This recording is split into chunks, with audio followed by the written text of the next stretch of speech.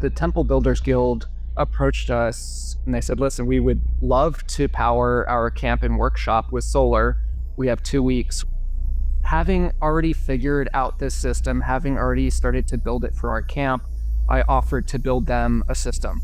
Wonderfully, they accepted. And what's great about that system is that it can scale as they grew.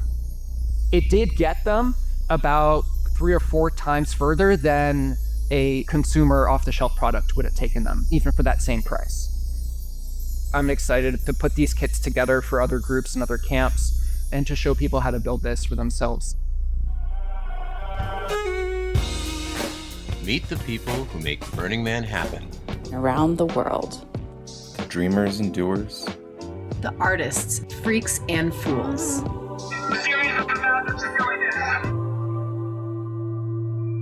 Burning Man Live. All right, so this is Burning Man Live. I'm Stuart Mangrum, and I'm here with, before I even introduce you, I have to know, I think I'm pronouncing the name of your camp wrong. I've seen it several ways. I've seen it Chicka Bao Bao, Bao Chicka Wow Wow. That's it. Yeah, Bao Chicka Wow Wow. Okay, so a little bit of Bow Wow Wow, like the 80s band, a little bit of Chick-fil-A. I don't know. It was kind of one of those takes like Bao Chicka Wow Wow. And we love Bao and food, so it's fun, playful camp names. Bao Chicka Wow Wow. I am here with 2 of the principals from Camp Bao Chicka Wow Wow. I got David Hua. Hi, David. Hi. And Marcus. What do you go by? I understand you have a pretty fancy, pretty sexy playa name. My playa name is Next Level, as I tend to be an overachiever and push things. Okay, then I'm just going to leave it with that. I'm here with David Hua and Next Level. You should have some walk-on music to go with that name. Seriously. My playa name is Chairman Bao. Outstanding. Okay, let's start with you, Chairman.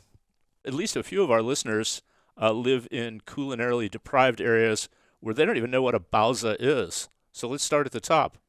Yeah, baozi is a nice fluffy dough that's steamed, and inside has delicious delights. We bring pork. That's the cha xiao bao? That's a char siu bao. Yep. Yeah, okay. Yeah. Then we bring egg custard and a red bean for the vegans. And I think we've done this year included 43,000 bao since our beginning. So that's a running count over how many years? We started in 2014 as a camp, 9 years. Wow, you are slinging the bao. We brought 4,000 this year and last year, and then 2022 we did 8,000. But you had to step back from that? Why? 2022 was like that post-pandemic, let's go after it and reboot. And the message is more is more. We had a village at that time, and there's 3 camps: Camp of the Rising Buns, which is our solar sustainability arm. We had Titanic's End, which is our art car mutant vehicle. And then we had Bao Chicka Wow Wow, which is our food offering. And I think there's 170 plus people in the camp.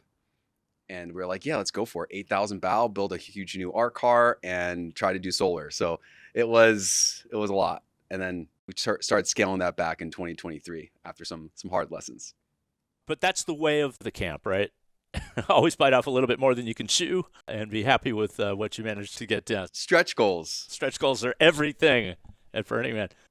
So speaking of that conversion to solar, Marcus, I understand you were a big driving force behind that. Tell us about what that all entailed to take a camp of what? You guys are like over 100 people, right? 93 people this year. Yeah. And toss it back to David a little bit with some of the history of solar initiatives at Bao, because really I just came in the last 2 years in our most recent chapter. So I'm happy to pick up, but this camp has a deep history of sustainability and of solar initiatives. And as I know, a lot of camps have tried solar in the past. And in fact, that is one of the challenges. If a camp has had bad experiences with being an early adopter with prior generations of technology, it could be hard to pick it back up again. So I don't know, David, do you want maybe share a little bit on solar and where it started with Bao? Well, we started the camp in 2014. It was Bao Chicka Wow Wow and Titanic's End. Titanic's End had a first version of their art car, which we all put together. And then we started building out yurts. And to keep the yurts cool, we started building out solar little units and kits to keep it cool. It's like solar and a little evaporative cooler. Yeah, like a little battery. The bucket coolers. You remember, I think those are like ubiquitous. Everybody has tried to make them. Everyone has failed to make them. They usually don't last longer than a year or two. But the principle is sound. I mean, you drive around in, say, around Tucson, Arizona. Everyone's got one of those on their roof. Nobody's dumb enough to have an air conditioner, right? Exactly. Yeah, that's exactly what happened. We just wanted to tinker around with solar and keep ourselves cool in the yurts. I think what ended up happening was it almost was too early. The wattage on the solar wasn't that high. The batteries didn't store that much. The evap coolers were kind of broken after years of use. So after 2016, we moved into Camp of the Rising Buns. We essentially split off a portion of the camp into part of the village to just run solar and figure out more solar stuff to power the core infrastructure. We worked with third parties that would bring in and try to build out a solar solution. We've done some rentals. And it wasn't until we went to Net Zero 360, they did a whole workshop in 2022. Oh, yeah. That's a volunteer group around sustainable solutions of Burning Man. Yeah, it was awesome. It was hosted at 360. We actually built a handful of, they called them Icarus. It was a solar shade. All right. With the goal of Burners Without Borders, trying to figure out how do we get Burning Man to net zero by 2030. And that was what sparked sort of like, oh, we need to get more sustainable. We were using a lot of fuel and generators and all of that. Yeah. And David had sent me pictures from this workshop. He was sending me photos of this solar shade structure that was all built out of like 2x6s and 2x4s and just looked so overbuilt in a way that I think a lot of times burners tend to do, over engineer and under refine. Things are like really rustic. You know, they serve the purpose, but I think there can then be a challenge in its execution if it's really not designed for a streamlined, rapid deployment. And after David sent me these pictures, something just kind of clicked with me. My prior career is in event production and touring. So I've lived on a tour bus. I've set up shows day in, day out with crew that is local, not trained in your equipment. Stuff just gets thrown around, beat up. It's got to go back in the truck and put together the next day. In thinking about some of those staging systems that we used in that world, the context is nearly the same. We have crew, people that aren't experienced in the tech. Everything needs to be intuitive. The equipment needs to be robust. It needs to be able to go up quickly and come down quickly and not leave any pieces behind. And so I took some of those concepts from the Icarus wood shade structure, but borrowed the piping, scaffolding, and clamping technologies used in event production and touring that can be bought in bulk and kind of combine those worlds. With those very few components, design a very basic shade structure system that can go up, create a canopy using the solar panels as shade, and come down quickly. We built our first version of that last year, and it all packed into a cargo trailer. And so we had this cargo trailer, I think it was like a 12-foot trailer that had 18 or 20 panels, solar panels, 420-watt panels. We had 30 kilowatt hours of battery, and it really took the cargo trailer limit of 3,000 pounds to the limit and deployed it for our core infrastructure. We were able to power our kitchen, core camp lighting, our DJ setup, but then, learned a lot from that experience as well, that we were reliant on someone needing to pull the trailer, that we were limited by what could be put in that trailer. Our system this year, we decided to refine it into more of a smaller modular size. Going back to event production and touring, everything packs into road cases. The batteries, the inverters, clamps, everything is in these modular road cases that can just be tossed into the truck that we rent for everything else. Sweet. I was really worried about packing and unpacking 3,000 pounds worth of gear out of a cargo trailer. That's to be towed. That's logistically complex. I'm taking notes here. So, what's your new setup? How many watts does it put up, and what's the footprint size? So now we have bricks of 15 kilowatt hours of batteries. For our camp, we had 7 of those this year. We brought 85 solar panels with us this year, and we had it spread across 3 different solar arrays. We changed our setup from being a shade structure built off of a trailer to connecting between the 2 shipping containers that we have. So we spread a canopy across the 2 shipping containers in a 20 by 20 footprint that was then about 30 panels there. Then our second setup was a grid for our tents and for individual campers. We wanted to offer power for evap coolers for individual shift pods, and also for our communal shade structure, a cooling tent that we had, like a 10,000 BTU evap cooler. And then our third grid was another 36 solar panels, 3-phase inverter to be able to charge Mutant vehicles and e-bikes. So we created the first public EV and Mutant vehicle charging station at Burning Man. This sounds like, it sounds like a terrific setup. As a medium-sized camp, I've never run a camp of 100 plus people. It sounds like a great setup for them. You know, we're at that realm where like really like one 3,000 watt generator probably gets most everything done for us. But, you know, I can replace one of those for $1,500. So I know a lot of camps in that medium size are looking at just like, man, I could do it by another $1,500 generator, or I could spend $1,000 on a solar system. But prices, I know prices on panels have come down a lot in the last year. Is that right? Panels and batteries come down drastically. It was like a 40% drop in battery prices this year, which is wild. One thing to think about, though, is for your camp, you know, sustainability doesn't have to be destination. It's part of a journey. And so with that generator, you could just get a battery bank next to it. And while you're charging your battery bank and using your generator, then at night, turn off the generator and just use the battery bank and go hybrid. That's the path most people are going to take, you know, budget constraints and capacity constraints, because eventually the generator is going to die out. It doesn't last that long. And so it's kind of like replacing piece by piece, and that'll get you to where you want to go. And what's awesome is what we're seeing a proliferation off Playa too is using those battery banks wherever you go, whether it's charging your phone, charging, you know, devices. It's nice to have just an extra battery bank around. I think that's where we're going to see more of that movement too. Storage. Yeah, and that was also another part of why we wanted to make these modular road case boxes, because then you know, off season, you can just roll them into your house and plug it in to a hookup to your house. So there's places you can use this stuff year round and then do a quick disconnect and then bring it out to Playa for a week. Gas isn't easy though, right? I think it's kind of funny.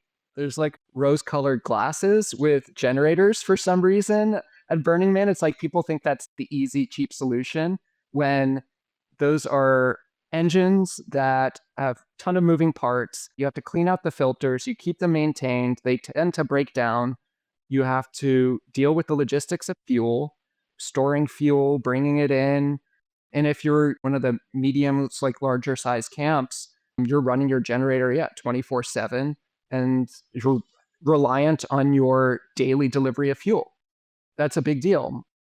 Something that we learned and had the privilege of last year with the rain was actually being one of the few camps that had our music going and had no issues with our power because we were all on solar. So generators aren't the easy answer either. And with the batteries that are on the market now, the tech has come a long way. Batteries now come with 15 to 20 year warranties. It's bananas.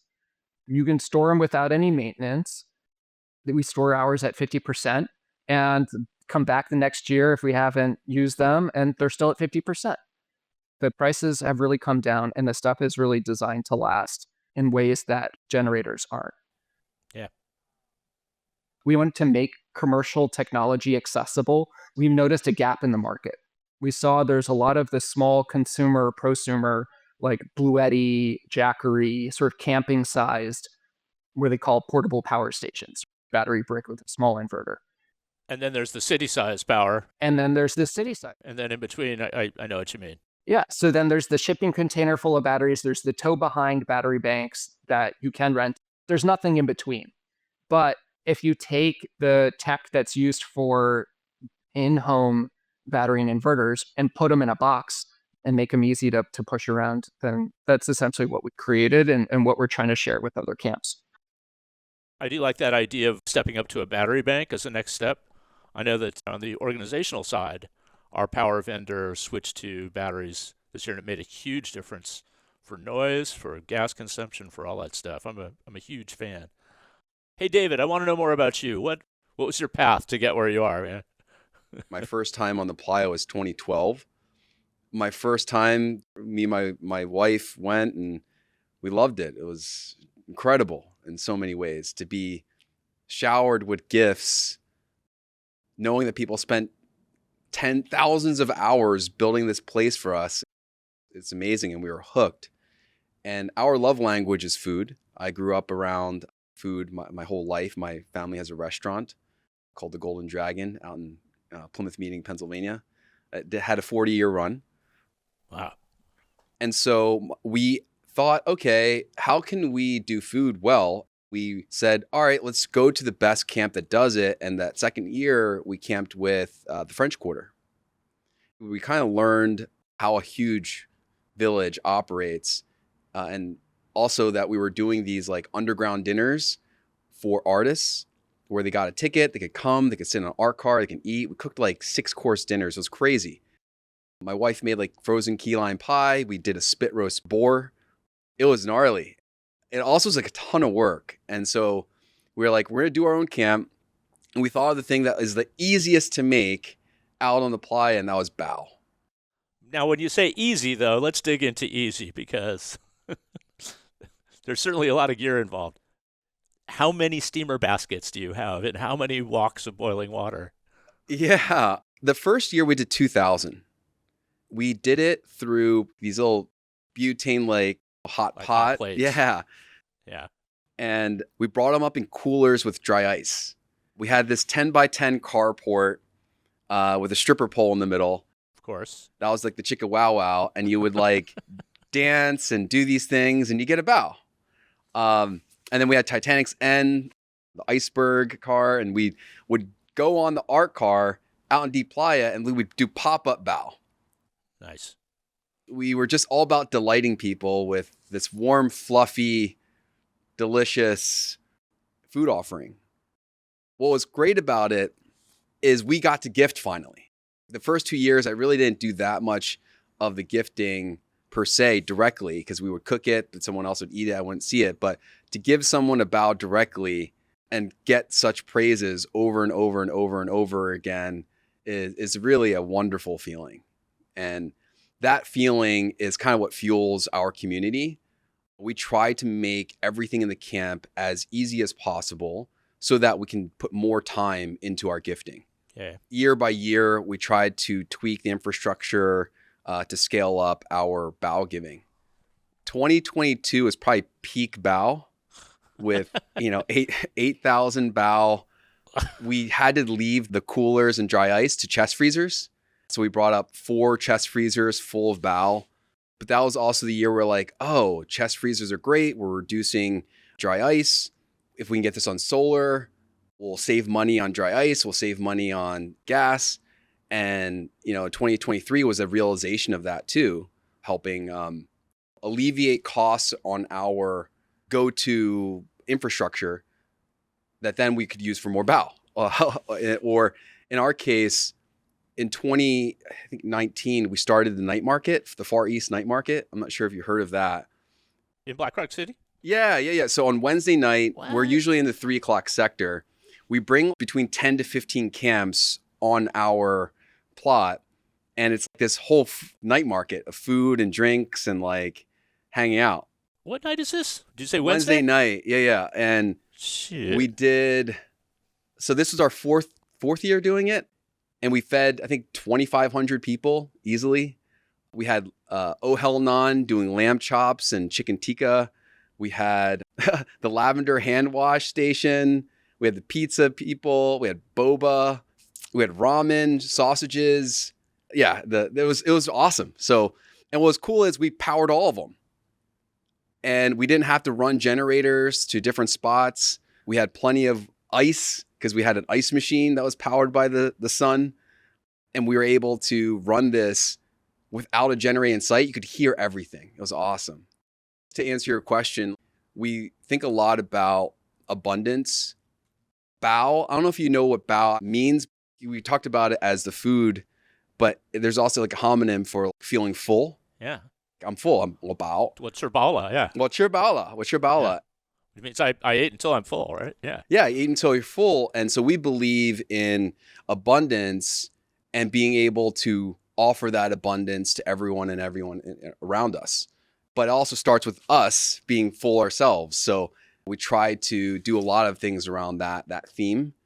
So we're pretty inclusive in the camp. Everyone that comes in knows someone. We're pretty inclusive in terms of if they haven't been before, we'll help them out. Or if they're curious. We've had a number of camps that were born and incubated at Bao Chicka Wow Wow that have spun off and now are doing other things. So we can continue to grow and bring more people to Burning Man. Because that's the game right there. Bring more people to Burning Man. Yeah. I hear you. And inspire more camps to step up. You know, I think getting new people in there to help learn the experience is great, but I'm really interested right now in providing the sophomore year experience to more people. Somewhere around the middle of the week, you start overhearing those conversations to begin with. Next year, those are the sophomores, right? And so how do we create more ways, more tools for them? I think right now maybe it's a little bit opaque how you actually start a camp. So I think we can make that more transparent. But I understand you guys are taking an open source approach to this power tech in camp. Is that right? Yeah. Well, a lot of it is through Next Level. But thank you to Burners Without Borders and Icarus because they sort of incepted that idea that solar is shade and shade is powered by solar. And what Marcus has put together, anyone can build it, but we're also trying to help them if they don't know how to. So we're creating an open source available for plans and how they can do it themselves, but we're also trying to do a service, kind of like OSS. That's the ideal. Maybe we get there, but if not, then we'll just do these one-offs. That's the beloved and dreaded outside services and group that takes care of gray water and all that sort of stuff on Playa, right? More than that. We love them. They do everything. Yeah. Huge shout out to OSS. Our experiment with that was with the Temple Builders Guild. Oh, yeah? I don't know if Mark, Next Level, you want to talk about that, but that was the idea that we can do this for more people. So the Temple Builders Guild approached us 2 or 3 weeks before they were getting out to Playa this past year. And they said, listen, we would love to power our camp and workshop with solar. We want to start on the smaller side this year. And so they brought a couple people together trying to think, okay, well, we have 2 weeks. What off-the-shelf thing can we buy? And it kind of hurt me a little bit to see. I didn't want to see like a missed opportunity. I saw this as like, oh, well, I have this system that I have refined that I can put together in 2 weeks and I can make it feel off the shelf for them because that is the constraint that they are. And it's a similar constraint that a lot of camps are, right? You don't get all your dues sometimes until you're already on Playa. So having already figured out this system, having already started to build it for our camp, I offered to build them a system. Wonderfully, they accepted, and I built them it was an 18-panel solar shade structure, completely self-standing, with one battery unit. So it was 15 kilowatt hours of battery and a 6,000 watt inverter. What's great about that system is that it can scale as they grew. Of course, immediately they hit the Playa and they're like, oh yeah, we want more. We're trying to power 3 coffee machines in the morning, a rice cooker, and a microwave at the same time. But I think it did get them about 3 or 4 times further than a consumer off-the-shelf product would have taken them, even for that same price. I'm excited to put these kits together for other groups and other camps and to show people how to build this for themselves too. When you went to ask about your camp, you're like, I'm looking at the bottom line. And that's right. So if we are looking at the bottom line and we're trying to be sustainable, but be cost effective as well. Building a kit or putting together a few of these parts is the efficient way to go than going with some of the more consumer grade pieces that are out there. So the temple builders did this year, both the workshop and their camp was fully powered by our solar shade system. And we're thrilled to see that. Is there a URL we can stick in the show notes for anyone who wants to take a look at your designs? Yeah. Everybody check out our show notes if you want to follow up on some of these design ideas and plans. Yeah, and feel free to reach out to us too via email or through our camp.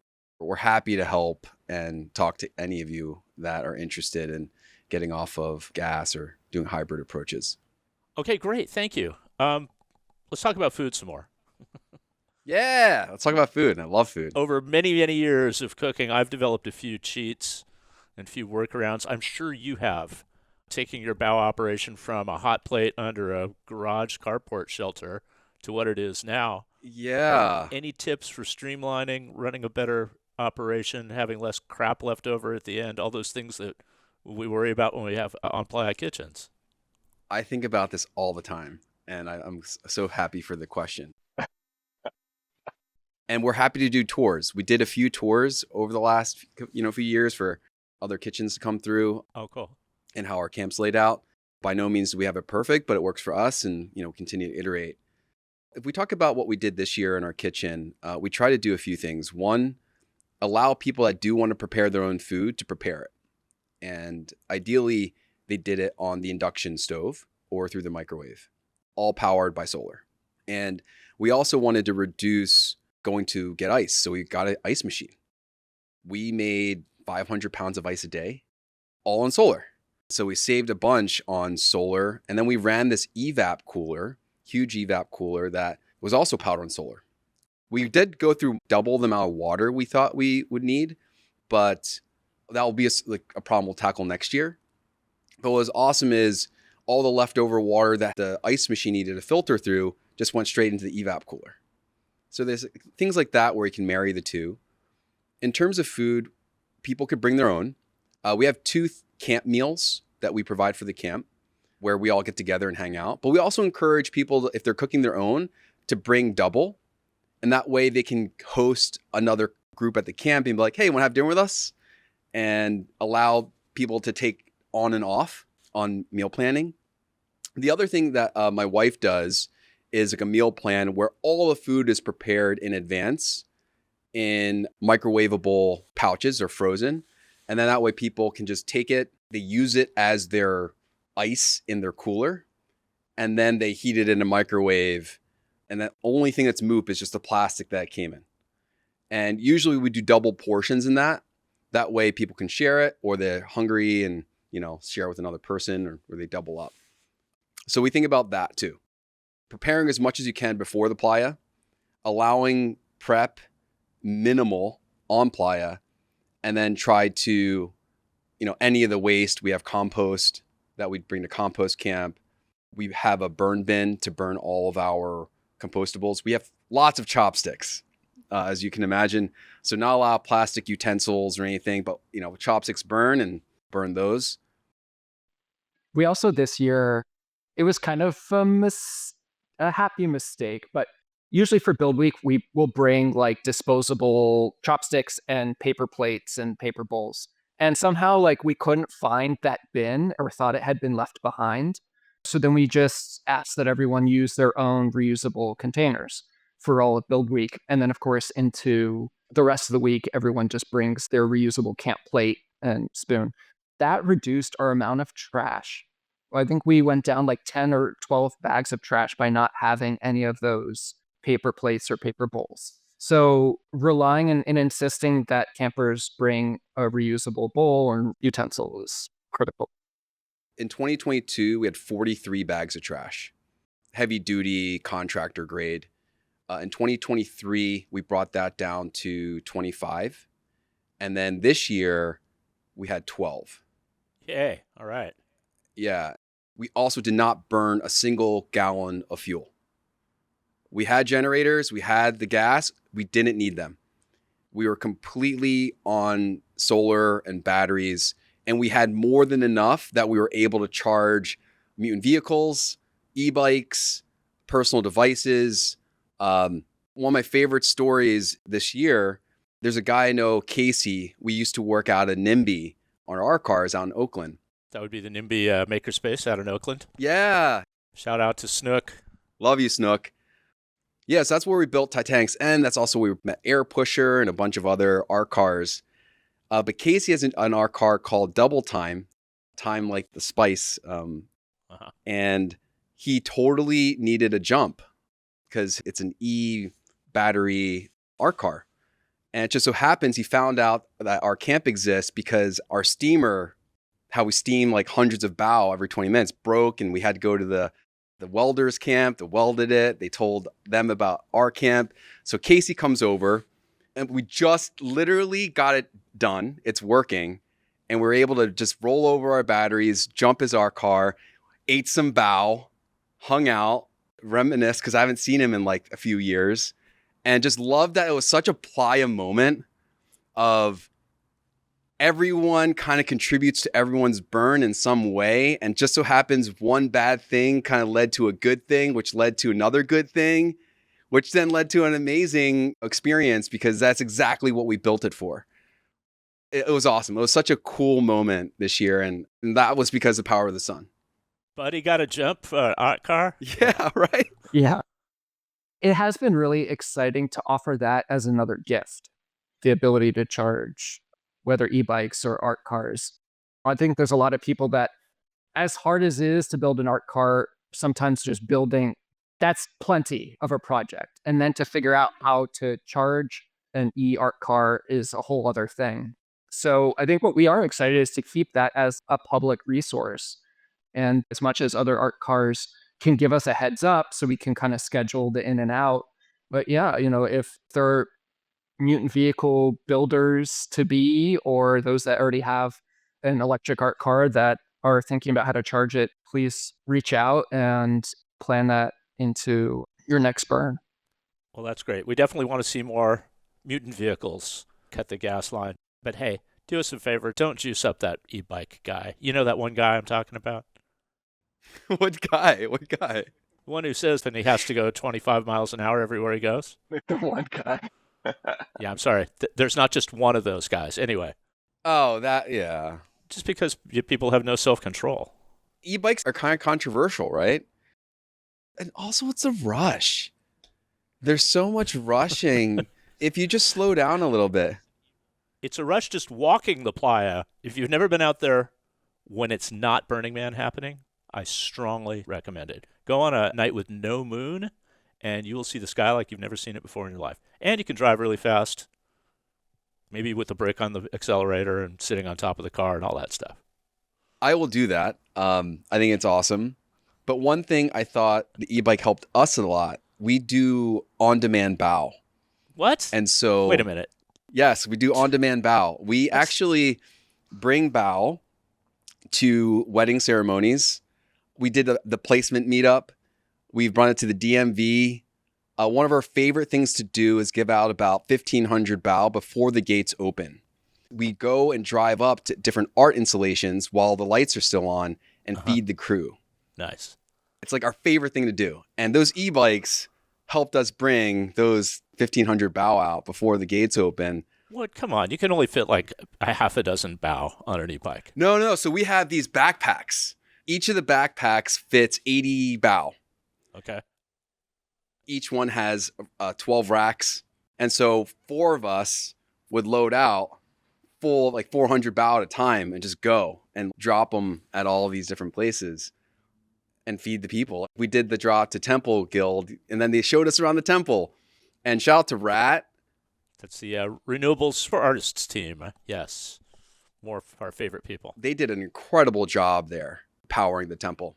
Yeah, Ken and Matt over there, who headed up their They're awesome. electrical system, just did an incredible job. They reached out to us for some of our learnings from our prior year, in particular on like data capture. There's some open source technology called a Home Assistant. Yeah. You can loop in a bunch of power plugs that share data over Wi-Fi, and That's how we did a lot of our data collection. And so I showed them how to do that. And they like took it to the next level. Seriously. They had sensors everywhere. They were measuring everything. And they realized that they were using 1/6 as much power as they had calculated that they would. And Matt's dashboard with gauges and meters, it's the most beautiful dashboard. And Matt designed this thing so he could quickly share and show people what they were consuming. Yeah, we took a bunch of Bao while they were still putting things together. We made their day and they made ours. I'm kind of playing the devil's advocate here. Yeah. I'd like an e-bike as much as the next guy. So not all e-bikes are bad. It's a reality that campers want them. And for our camp, it was the reality that that load, they're going to come and plug it into our camp grid anyway. So we needed to be ready for it. So we actually asked everyone who's going to bring an e-bike to let us know and to pay a little extra to contribute to the grid and to make them know. And maybe take a little quick test on driving rules. Yeah. I mean, the problem is not e-bikes. The problem is assholes driving too fast and any type of a motorized vehicle, right? You think we would have learned that lesson back in 96, but... Absolutely. That's super important. What's interesting is that was another way for us to educate the campers about power. Most people, they just buy the thing and they're ready to go, but they don't have a way to charge it. They're like, oh, there's this aha moment. And so we actually did away with air conditioners. We don't have them. All of it's evap coolers. And we set up a communal charging area where people had to say, all right, what are you bringing? What's the wattage? How much you're going to pull? And give them their own personal estimate of how much they're going to pull from the camp grid. And so I think it's really important to use some of these things, which are needs, because people are, they're self-indulgent and they need to figure out their own stuff. But if you give them a reason of what's going on to get what they need and educate them along the way, then you're most likely to have them buy in the sustainability. And it's like, oh, maybe you can only bring 1 or 2 bins and it's not 4. All right, slow it down. What can you share with the rest of the camp? Things like that. Hey, tell me about the art car. Yeah, which one? We have a few. There's one called Stardust. And Stardust, I don't know if you've seen it. It looks like a Mars rover going around. No. It's awesome. I've just seen the big one that's Glacier White. Yes. Okay, so Titanic's End. So shout out to Titanic's End crew. They're like brothers and sisters of ours. We've camped together all the way up and through 2022. Started in 2014. The first art car for Titanic's End was an ice cream truck. And the idea was to go chase around ships with an iceberg. That was it. We're like, there's a lot of ships out here. So the goal is to go troll the ships. Yeah. And then during the day, allow people inside the ice cream truck because it's super cold. And, while you're in there, you met the penguin, and the penguin could tell your future, and there was a whole bunch of stuff. I think it had like 10,000 LEDs, if I'm correct, on the first build. And that lasted about 2 years. It was a ton of work. And then during the pandemic, our community gathered throughout that time. We actually brought our dome and reset it up and gathered in there, and it was awesome. Titanic's End 2, Bring Back the Iceberg, was born. And 2022 was the first time we debuted it and put together. I think it has hundreds of thousands of LEDs.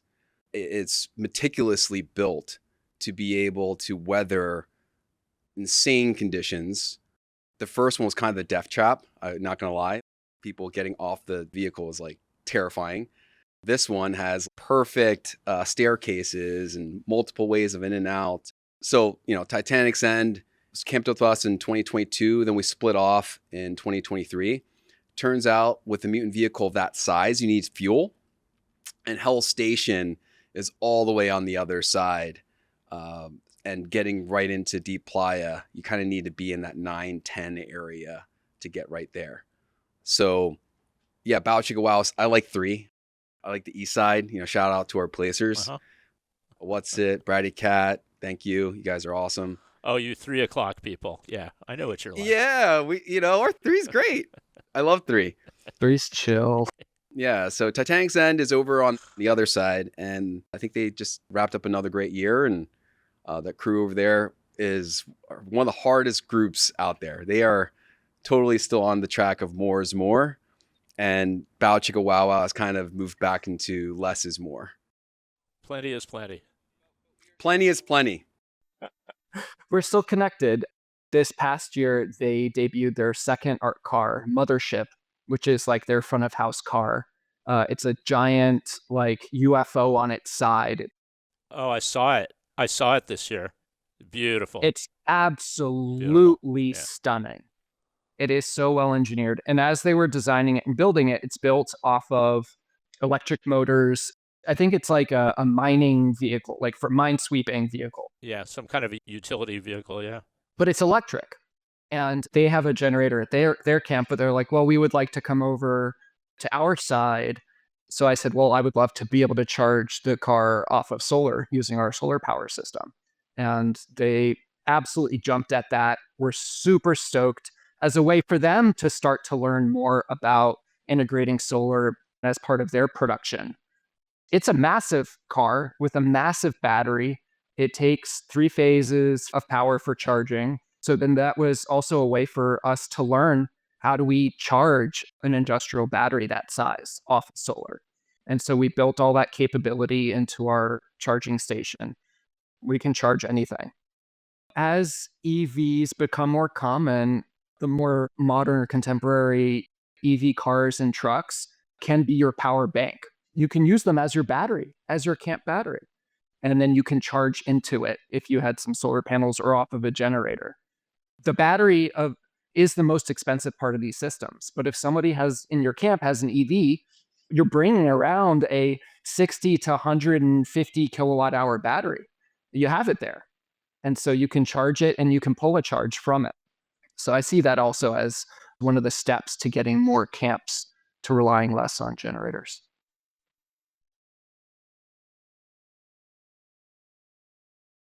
On that note, we bought a 1950s gas pump with like a rotary dial. Nice. Shout out to Fernando and our team, who is brilliant engineer tinkerer. He tore it open, pulled out all the guts, put in a stepper motor and a microcontroller and a little power meter. And then we fed a plug to the end of the gas pump. And so you could plug in your e-bike to the tip of the gas pump, and then the dials would turn and show you the watt hours that you were consuming on this 1950s gas pump. That's amazing. So yeah, we like a little cyberpunk. So you used to make interesting noises when you put dinosaur juice into your Model T. So what's up for this year? You're just going for plentiful plenitude, kind of dialing it into where it is, not doing anything bigger, crazier? You're just going to keep the crazy. We're bringing on another art car. Oh? Someone else in our camp. It will be out of our camp. Yeah. So that it's being made actively on an electric base as well. Oh, so it's still a secret? I think so. Okay. All right. Shh. These days it's like, It's okay. You don't know if it's actually is it going to hit the schedule? These are projects of passion, right? But not necessarily of schedule. That's part of the beauty of Burning Man scheduling. The more you say it, the more you have to do it. Yeah. That is Burning Man. So that's there. And then that will be a full week being charged off of our solar grid. Cool. And then we are going to do some aesthetic upgrades to our solar gas station to make it feel a little bit more retro futuristic. We'll probably combine the habitat power and our core infrastructure into one grid. Great. And then also just roll out more of these kits to other camps. I've already had some other camps reach out. Yeah, I think there's a lot of middle room there for smaller camps. So David, what do you see coming up here? Not just this year, but give me a 3 or 5 years ahead into the future. Crystal ball. How we doing on this whole sustainability plot? Do you think we're going to get there? Yeah, I mean, the theme next year is what? Like something about the future, right? It is. Tomorrow, today, future. I understand. I heard it was tomorrow today is the theme. Yes. Tomorrow today. I think we're kind of living that in a lot of ways.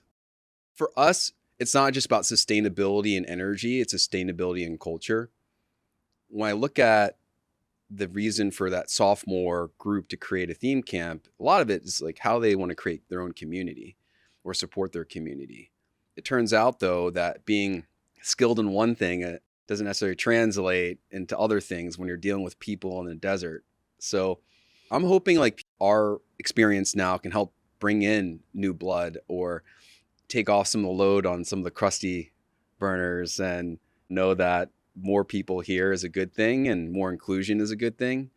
One thing I did experience this year that I thought was awesome, like everyone that was there wanted to be there. The rain shook people out, the heat shook people out. And this year, everyone that was there did a really good job. I think next year we'll have more people back. And I'd like, at least for Bao, to continue on our trajectory of no fuel. I'd like to be able to give our neighbors' camps power through hubs or through our public Mutant vehicle charging station.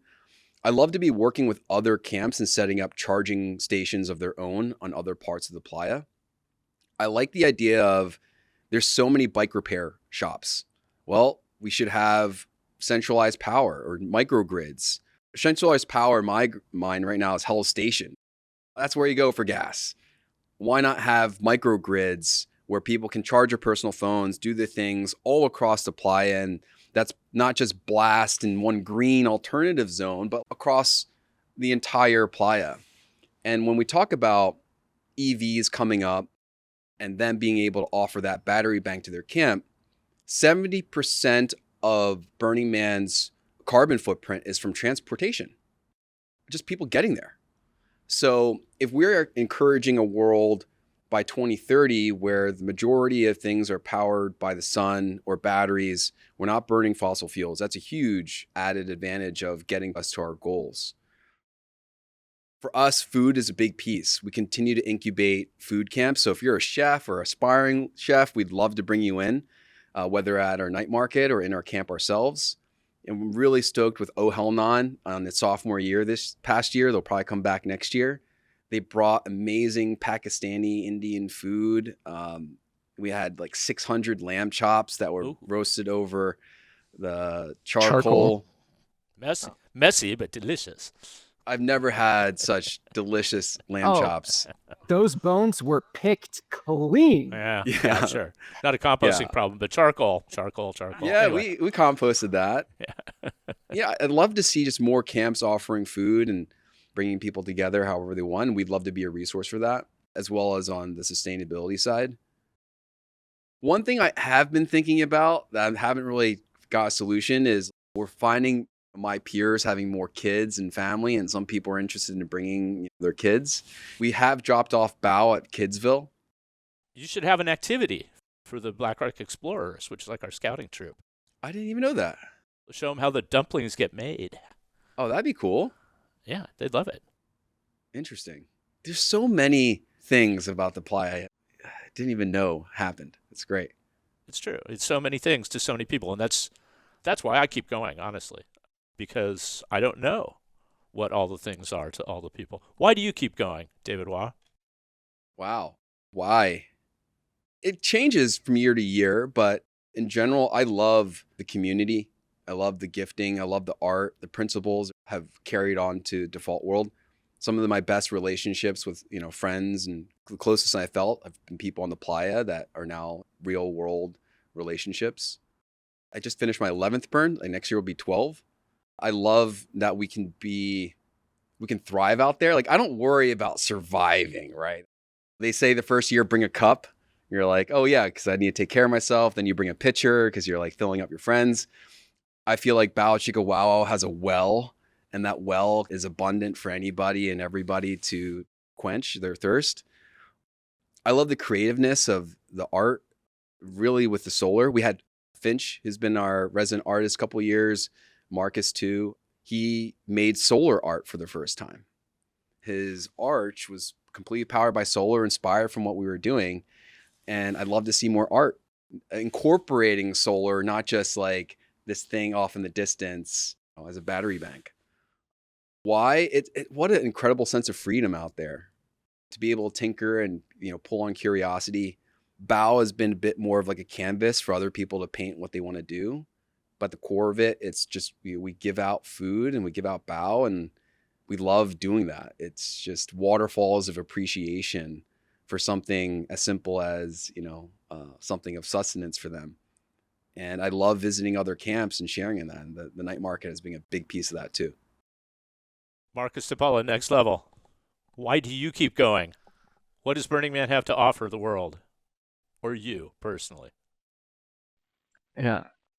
Because of the number of years this camp has been around and the number of years that we've been going, we now are the mentors, and we have the opportunity and the gift to show others how it can be done and to inspire how they can thrive. That has been some of the most rewarding moments when people come and visit our camp and they're like, this is incredible. I want to do this in my camp. We're going to do this next year. I'd never thought to do it this way. To really step into that role and continue to inspire, to continue to provide tools to other camps so they can skip some of those really hard first years of hard learnings. They're still going to have their challenges, but I hope they're new ones, that they don't have to repeat some of our mistakes and they can grow and step ahead. That's how I really felt with like the Temple Builders Guild and their camp, and how they took our data collection architecture and ran with it into an execution that was far and beyond like anything I had ever conceived. That was incredible. I really love teaching and inspiring and then seeing what people do with it. And that's why I go. Just this incredible knowledge share. I also want to add to that. I wouldn't really be here with Next Level if it wasn't for Burning Man. We probably would have never crossed paths. Stuart, you too. What an amazing event that brings such people together where you can mix it up in such a way.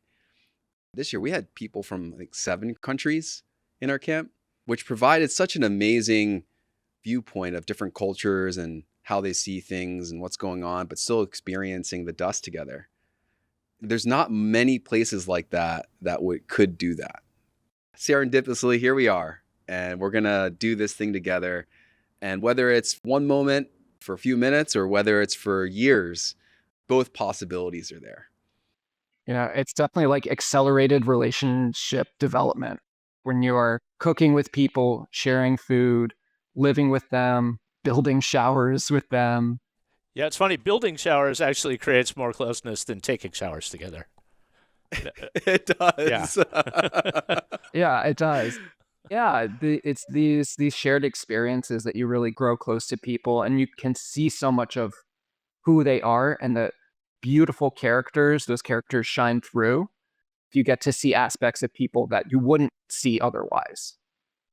I think especially around food, there's this shared table. Everyone has a seat, common ground. There's no hierarchy. I think that's a pretty good thing about what we do there too. Yeah. Well, I don't make promises lightly, but I promise I'm going to come and look for you guys around on the 3 o'clock side, follow my nose for the smell of delicious steaming baozi. Yeah. I want to see this giant steamer rig you've got. I'm kind of a Playa kitchen geek too, so I'll make you a stop on my Playa Homes tour. Yes. Thank you so much, guys. My guests have been David Hua, Chairman Bao. Thank you so much. And Marcus de Paula, Next Level. Thank you. Thank you. Of Camp Bao Chicka Wow Wow. I got it right that time, right? You got it.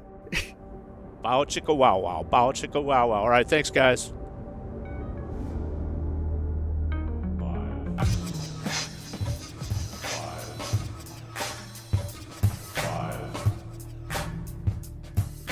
That's it for this episode of Burning Man Live, which is and shall continue to be a production of the nonprofit Burning Man Project, made possible in large part by donations by friendly folks like you, who sidle on over to donate.burningman.org and drop us a little bit of the cool green. Thanks to everyone who made this one possible, and big appreciations to the Burning Man Live production team, Vav Michael Vav, K-Bot, Action Girl, Ali, and DJ Toil. And as always, thanks, Larry.